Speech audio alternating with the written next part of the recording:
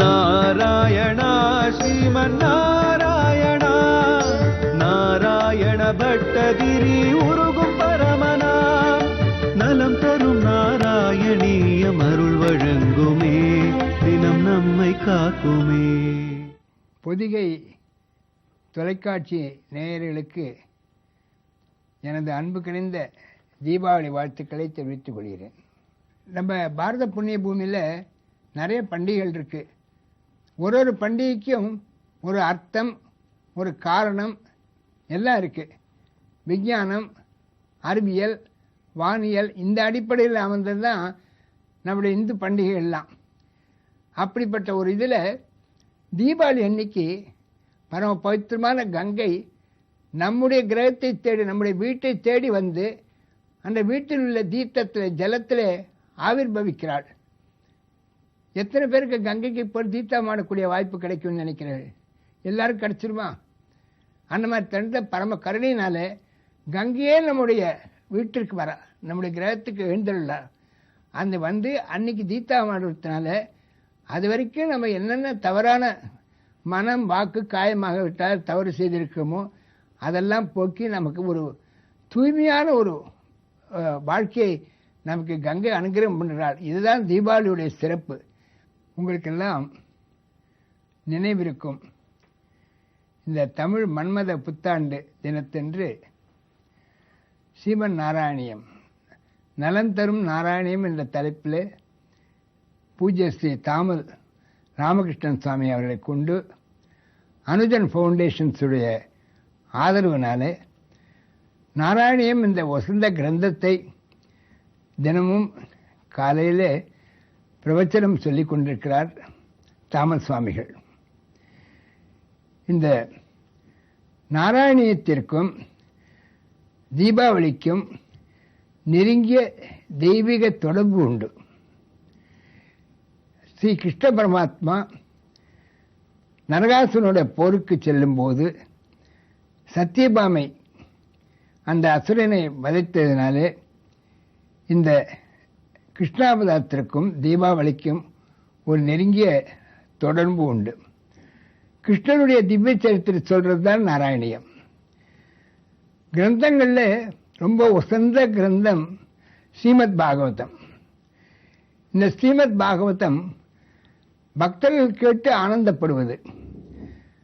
ஆனால் தன்னுடைய திவ்ய சரித்திரத்தை ஒரு பக்தர் சொல்லி தான் கேட்கும் என்று குருவாயூரப்பன் ஆசைப்பட்டதுனால நமக்கு கிடைச்ச ஒரு அபூர்வமான பொக்கிஷம் ஸ்ரீமன் நாராயணியம். அப்பேற்பட்ட அந்த நாராயணியம் தாமல் சுவாமிகள் பிரவச்சனம் ஆரம்பித்து கிட்டத்தட்ட இப்போ தீபாவளி அன்னைக்கு 149வது பகுதி, அன்னைக்கு மறுநாள் அமாவாசை அன்னைக்கு 150வது பகுதி நமக்கு வந்து சொல்லப்படுறார். இந்த தெய்வீக நிகழ்ச்சியில் எந்த அளவுக்கு தமிழக மக்கள் வந்து ஈடுபட்டிருக்கா அப்படிங்கிறது ரொம்ப ஆச்சரியமாக இருக்கும். இப்போ கோயம்புத்தூர், பொள்ளாச்சி, சேலம், ஈரோடு, ஆனைமலை, அர்த்தநாரிப்பாளையம் இப்படிப்பட்ட பகுதிகளில் நான் நேராக போயிருக்கேன். அந்த பிரவச்சனம் காலத்தால் அதிகாலையில் ஆரம்பிக்கிறது அப்படின்னு சொன்னாக்கா ரொம்ப பேர் பக்தி ஸ்ரத்தையோட தீதா மாடிட்டு குளிச்சுட்டு வந்து கேட்குற அந்த பிரவச்சனத்தை. அது மட்டும் இல்லை, அந்த பிரவச்சனம் முடிஞ்ச உடனே அடுத்த ப்ரோக்ராமுக்கு முன்னாடி தாமல் சுவாமிகளை நமக்கு காட்டுறா இல்லையா தொலைக்காட்சியில், அப்போ எல்லாரும் அவளை சாஷ்டாமாக வந்து நமஸ்காரம் பண்ணுறா. அந்த அளவுக்கு ஒரு பக்தியை வந்து மனசில் ஈடுபடுத்தி இருக்கிறது இந்த பிரவச்சனம். இப்பேற்பட்ட ஒரு ஒசந்த ஒரு கிரந்தம் இந்த தீபாவளி அன்னைக்கு உங்களை தென்னாங்கூர், தென் பண்டரிபுரம்னு சொல்லுவாங்க, தென்னாங்கூர் சேத்திரத்துக்கே சுவாமி நம்ம தாமல் சுவாமி அழைச்சின்னு போகிறார். அன்னைக்கு பகவான் கண்ணனுக்கு ராஜ அலங்காரம். நம்முடைய நாராயணியம், நலன் தரும் நாராயணியம் இந்த ப்ரோக்ராமுக்காகவே உங்களுக்காகவே தென்னாங்கூருக்கு அழைச்சின்னு போகிறார் சுவாமி. அப்பேற்பட்ட இந்த தீபாவளினாலே பரம பவித்திரமான புண்ணிய தினம். கங்கா ஸ்நானம் இல்லையா, கங்கையை நினைத்தாலே பாவம் போகும்னு சொல்லுவா. அப்பேற்பட்ட அன்றைக்கு அந்த திவ்யமான நாளில் தீபாவளி அன்னைக்கு இந்த நாராயணியத்தை கேட்டு எல்லோரும் பரம சுகத்தை அடைந்து அனைத்து நன்மை பெற வேண்டும் பிரார்த்திச்சுக்கிறேன். மறுபடியும் தீபாவளி வாழ்த்துக்கள். மகாயோக பீட்டே தட்டே பீமரத்யாகாம் வரம் புண்டரீகாய தாத்தும் முனீந்திரைகி சமாகத்ய திஷ்டல்தம் மானந்தகல்தம் பரபிரம்ம ரூபம் பஜே பாண்டுரங்கம் விபும் வேணுநாதம் சரல்தம் துரல்தம் ஸ்வயம் லீலயா கோபவேஷம் ததானம் கவம் பிருந்தகானந்ததம் சாருகாசம் பரபிரம்ம ரூபம் பஜே பாண்டுரங்கம். ருக்குமாயி சமேத ஸ்ரீ பாண்டுரங்க சுவாமி குருவாயூரப்பனுடைய பரமானுக்கிரக விசேஷத்தால் நம்முடைய பொதிகை தொலைக்காட்சி நேயர் அனைவரும் தீபாவளி குதூகலமான இந்த ஒரு பண்டிகையில் சர்வ ஆயுர் ஆரோக்கிய சௌக்கியத்தை பெற அவனுடைய திருவடிகளிலே நாம் பிரார்த்திக்கின்றோம். இந்த உத்தமமான நலம் தரும் நாராயணியத்தை நாம் கண்ணனும் பல திவ்ய திருக்கோயில்களிலே செவிமடுத்து கேட்க நமக்கு தெரியும். இந்த தீபாவளி நன்னாளிலே இதோ சென்னை உத்திரமேரூர் வந்தவாசி மார்க்கத்தில் சுமார் 18 கிலோமீட்டர் தூரத்திலேயும் காஞ்சிபுரம் வந்தவாசி மார்க்கத்தில் சுமார் 34 கிலோமீட்டர் தூரத்திலேயும் அமைந்துள்ள தென்னாங்கூர் க்ஷேத்திரத்தில் கோயில் கொண்டிருக்கக்கூடிய ருக்மாயி சமேத பாண்டுரங்கனுடைய திவ்ய தரிசனம். ஆகா, இதோ அந்த உத்தமமான கதவுகள் திறக்கப்பட்டு விட்டன. எத்தனை கம்பீரம்! ஆகா, எப்படிப்பட்ட ஒரு திவ்ய தரிசனம் தீபாவளி நன்னாளிலே! முழுவதும் சாலக்கிராம மூர்த்தியாக 12 அடி உயரத்திலே பரம கம்பீரமாக நமக்கு சேவை சாதித்துக் கொண்டு இதோ உத்தமமான தலைப்பாகையான திருமுடி முதல் உயர்ந்த கால் சலங்கைகள் பதித்த திருவடி வரை பச்சைமா மலைபோல் மேனி கண்ணன் பச்சை நிற அங்கியுடன் நமக்கு தீபாவளி நன்னாளில் காண கிடைக்காத காட்சி. இதோ திருவடி முதல் திருமுடி வரை எத்தனை கம்பீரம்! ஆபரணங்கள் பலபலவே என்று அவன் பார்த்து பார்த்து அழகாக அணிந்து கொண்டிருப்பதில் தான் எத்தனை அழகு! திருவடியிலிருந்து அவனை தரிசிக்க ஆரம்பிப்போம். ஆகா, உத்தமமான மகாயோக பீடம். பண்டரிபுரத்திலே இவன் 2 செங்கல் மேல் நின்று கொண்டிருக்கின்றான். தென்னாங்கூரிலோ யோக பீடத்திலே இவன் தன்னுடைய திருவடியை தாங்கிக் கொண்டிருக்கக்கூடிய திவ்ய தரிசனம். வெறும் யோக பீடம் அல்ல, மகாயோக பீடத்திலே சமச்சரணமாகிய பாதங்கள். அது மட்டுமா, அந்த பாதங்களிலே பச்சையும் மரகத கற்களும் பதிக்கப்பட்ட பொன்னாலான திருவடி. அதற்கு மேல் அழகான இடுப்பு. அந்த இடுப்பிலே இவன் கட்டிக்கொண்டிருக்கக்கூடிய அரைச்சலங்கை இருக்கின்றதே, ஆகா, அதனுடைய வைபவத்தை எத்தனை நாள் வர்ணித்தாலும் எத்தனை கண்களால் நாம் தரிசித்தாலும் போரவே போராது. அந்த அரைச்சலங்கையிலே அழகான மணிகள், ஒரு குட்டி சூரியன், அதைவிட குட்டி சந்திரன், ஒரு பூட்டு, நம் மனது அனைத்தையும் பூட்டி அவனிடத்திலே அவன் சாவியை வைத்துக் கொண்டிருக்கக்கூடிய சிறிய சாவி. இவன் கோவர்தனதாரியாக இருப்பதால் ஒரு பசு, நரசிம்ம அவதாரம் எடுத்ததால் ஒரு சிறிய சிங்கம், அரசலை, தம்பித்தோழன், பெரியளவி, மாம்பிச்சு என்னும் ஒரு அரைஞான் கயிறோடு இவன் அரை சலங்கையோடும் அரைஞான் கயிறோடும் இவ்வளவு ஆபரணங்கள் குட்டி குட்டியாக அவன் இடுப்பை அலங்கரிக்க என்ன திவ்யமான ஒரு தரிசனம்! இதோடு நின்று விட்டதா? அதற்கு மேல் அழகான ஒரு விசேஷ ஒட்டியானத்தை அவன் சார்த்திக் கொண்டிருக்கின்றான்.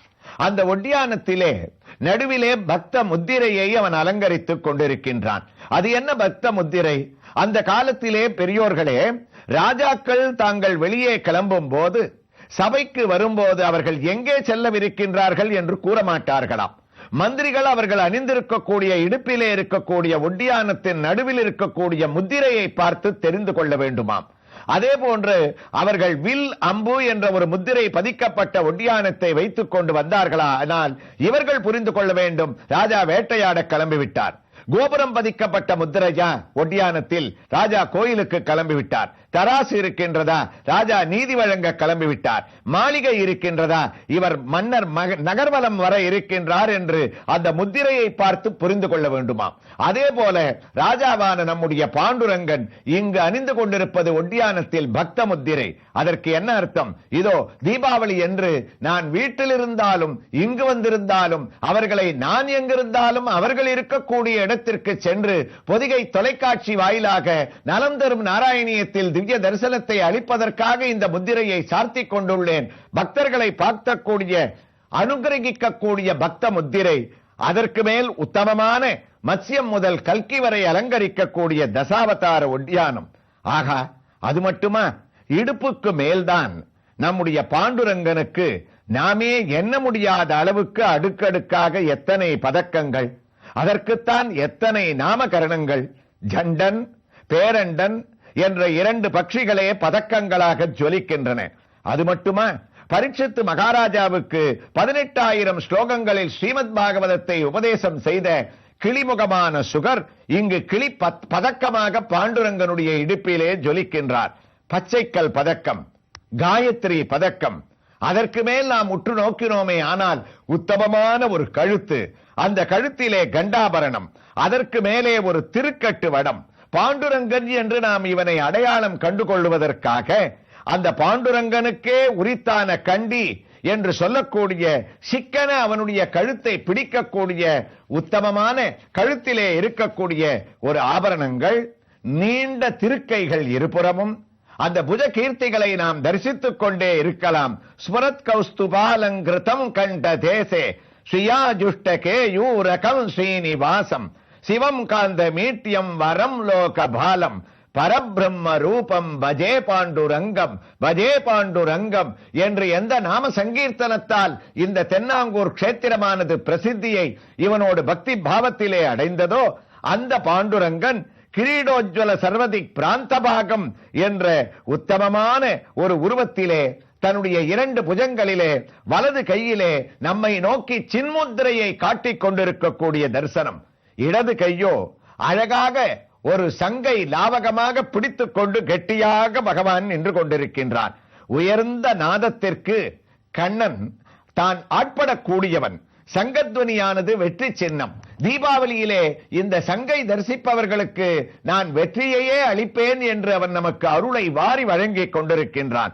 அது மட்டுமா, வாழ்க்கையில் வெற்றி மட்டும் போராது, ஞானத்தை எல்லாம் நடுங்க முரல்வன பாலன்ன வண்ணத்துவன் பாஞ்சசன்னியமே என்று ஆண்டாள் கேட்ட சங்கோ இது, அல்லது கற்பூரம் நாருமோ கமலப்பூ நாருமோ திருப்பவள செவ்வாய்தான் செத்தித்திருக்குமோ என்று பார்த்த சாரதியாக கீதைக்கு முன்னால் நீ ஊதிய சங்கோ இது என்ற ஆண்டாளுடைய சிந்தனை நமக்கு வருகின்றது. இதோடு அந்த சங்கோடு இடுப்பில் கைவத்த வினிஸ்த கஸ்தமாக நமக்கு காட்சியளிக்கின்றான். பரந்த தோள் முதல் காது வரை. ஆகா, அது என்ன மீன் போன்ற 2 புதிய ஆபரணங்கள். ஒரு கால் நாராயணியமானது மத்ஸ்யம் தொட்டு பட்டத்ரி குருவாயூர் ஆரம்பித்ததால் மீன் தொட்டு மத்ஸ்யாவதாரம் தொடங்கி ஆரம்பிக்க வேண்டும் என்று ஜோதிட சாஸ்திரத்திலே இவருக்கு உத்தரவானதால் நலம் தரும் நாராயணியத்தினுடைய தீபாவளி பகுதியாயிற்றே என்று இவன் அந்த மத்ஸ்யங்களை தன்னுடைய 2 காதணியாக சார்த்திக் கொண்டிருக்க, மத்ஸ்யம் ருக்மம் என்ற 2 ரிஷிகள் இவனுடைய காதுகளிலே அழகாக வேதங்களை உச்சரித்துக் கொண்டிருக்க, உயர்ந்த மூக்கு, அந்த மூக்கிலே இயற்கையாக அமைந்த ஒரு துளசி தலம். அது மட்டுமா, பாண்டுரங்கனுக்கே உரிதான லலாட திலகம், கோபி திருமன், மூக்குக்கு மேல் புருவ மத்தியில் 24 கஜம் கொண்ட வஸ்திர புடவையை அழகாக சுருக்கி அர்ச்சகர்கள் ஸ்ரீ பாலாஜி அங்கு இருக்கக்கூடியவர்கள் அழகாக கட்டிய ராஜ டர்பன். அது மட்டுமா, ஆகா, இந்த தலைப்பாகையில் எத்தனை ஆபரணங்கள், கண்கொள்ளா காட்சி அல்லவா. தலைப்பாகைக்கு மேல் முத்து தாமம், வலது பக்கம் திலகம் போல் ஜொலிக்கக்கூடிய அழகான துருடம் என்ற உத்தமமான ஆபரணம். அதற்கு மேல் மயில் பீலியானது நமக்கு அழகுக்கு அழகூட்டக்கூடிய காட்சியாக இவன் ராஜா என்று அறிவித்துக் கொண்டிருக்க, அந்த மயிர்பீலிக்கு மேல் இவன் ராஜாவாக இருந்தால் ஒரு கிரீடம் இருக்க வேண்டுமே. அந்த கிரீடம் திருவிஷயம் என்ற ஒரு கிரீடம் சிறியதாக அந்த 24 கஜம் டர்பன் தலைப்பாகைக்கு மேல் இவனை அலங்கரிக்க, கிரீடம் மட்டும் இருந்தால் போருமா? இவன் சிகாமணியாயிற்றே, கேசவனாயிற்றே, இவன் கேசவனுடைய கேச தரிசனம் நமக்கு கிடைக்க வேண்டும் என்பதற்காக அந்த கிரீடத்திற்கும் டர்பனுக்கும் நடுவிலே பாண்டுரங்கன் சிகாமணியாக கிரீடமும் சிகையும் தெரியும்படி நமக்கு வலது கை லாஞ்சனத்தை செங்கோலிலே கையை வைத்துக் கொண்டு இடது கையிலே வீர வாளை அவன் தாங்கிக் கொண்டு உத்தமமாக திருவடி முதல் திருமுடி வரை நமக்கு பாண்டுரங்கன் தீபாவளியிலே திவ்ய தரிசனத்தை அளித்துக் கொண்டிருக்கின்றானே, அதை நாம் கண்ணை மூடிக்கொண்டு நியமமாக தியானிப்பதுதான் பட்டத்ரி நாராயணியத்தில் கூறிய பிரம்மச்சரிய திருடதாதி பிர்யமைர் ஆப்ளவாதி நியமை சபாவிதாக. அந்த தியானம் இந்த பாண்டுரங்கனிடத்திலே ஐக்கியமாக வேண்டும். தீபாவளி நன்னாளிலே அவனை தரிசித்த நாம் அவனுடைய அருளால் அவன்தால் வணங்கி பல நலன்களை பெறுவோம். இவனுடைய தரிசனமும் நலம் தரும் நாராயணியமும் தொடரும்.